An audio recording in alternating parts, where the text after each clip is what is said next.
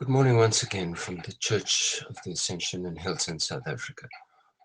This week we are studying the way starches can be downright bad for us when they've been processed and refined. Today our talk is entitled Enjoy a Green Mealie, known as maize in Holland, maize and corn in much of the world. There are two schools of thought in the world of keto diets, of which banting is the local darling. The first is that all starches are thoroughly bad for us and should be avoided at all costs.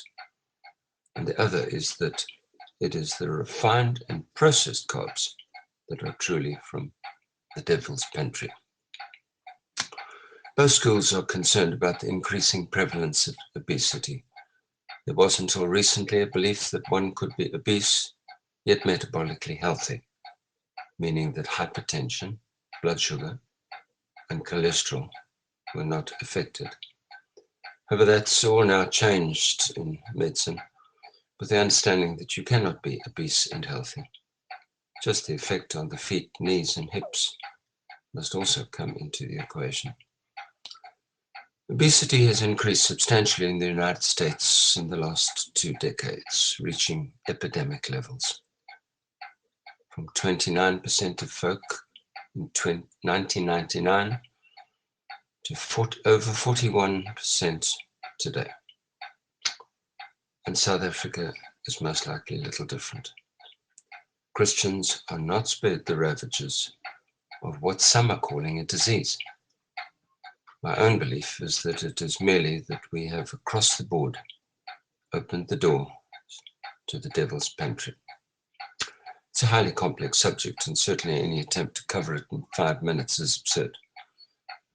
My own opinion is that if you're obese or diabetic, then all starches, even the good ones, need to be restricted, and those which are refined avoided at all costs. That's nearly 50% of people enjoying the typical food that you would find in the supermarket.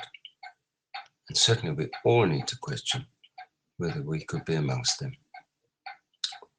But either way, there's very strong research that whole grains are extremely good for us. They provide fiber for the gut, a modest amount of protein, and a heap of very beneficial phytonutrients. I'll give you just 2 found in a green mealie.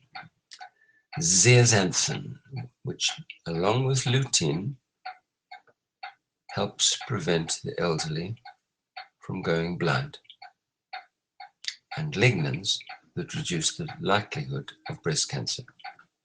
We're talking about big stuff that affects Christians too. We're not exempt if we break the rules in God's pantry. Researchers have found that there is 50% less breast cancer for those enjoying whole grains every day. That's absolutely massive. It is the most common malignant tumor of women. Christians, I'm afraid, are not spared. Even Jesus knew not to jump from the pinnacle of the temple. The law of gravity, which he himself, together with the Father, created, would have dashed him to pieces.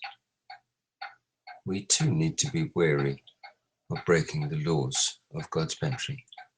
He gave us these nutrients for our protection and wellness. It's difficult for anyone on a diet where all grains are forbidden. One mealie has more than half the starch that is recommended in the whole day if you are bantam.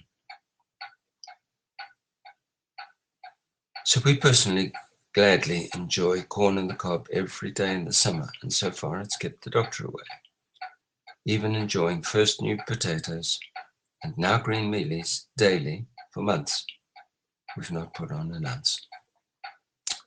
If you are obese or diabetic, then I would recommend perhaps half a green mealie. But test what it does to your blood glucose, and always take a short walk after the meal. One of the reasons I'd suggest that folk don't eat mealies is because it takes time, nearly 10 minutes to chew a cob.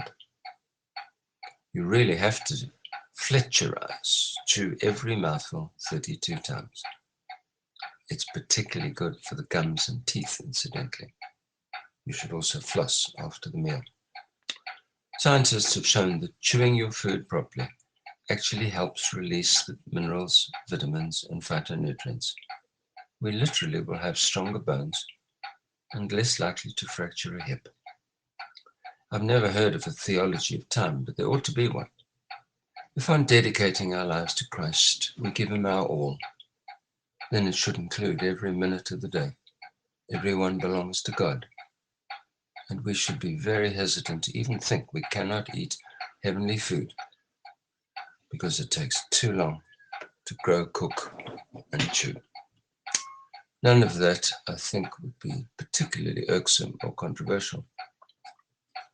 More difficult is super number 1 refined mealie meal. Personally, I would never touch it. It comes straight from the devil's pantry, and here's why. Back to Genesis 1.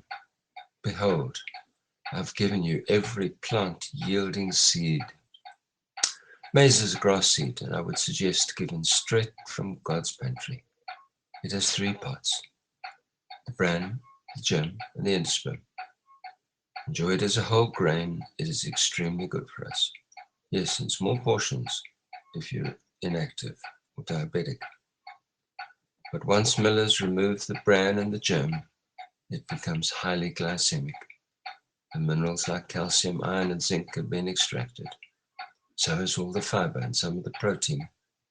The starches are rapidly broken down into sugars, giving a rapid glucose spike in the portal blood system, and contributes directly to the obesity in South Africa.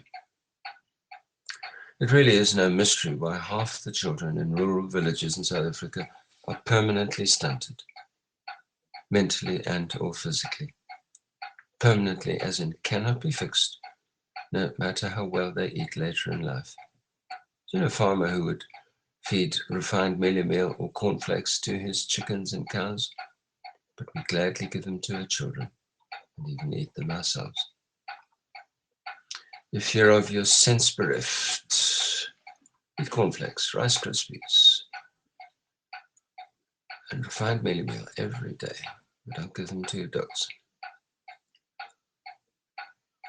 And now the great difficulty: where can we buy unrefined maize meal? It's almost impossible. Only options from the devil's pantry are readily available. I have a dream. A mill in every village and town in South Africa that will provide freshly milled whole maize. It's a wonderful food, perfect for mealie meal, porridge, putu, and stave pap. Will you dream with me as I seek the face of God? How can this possibly be done?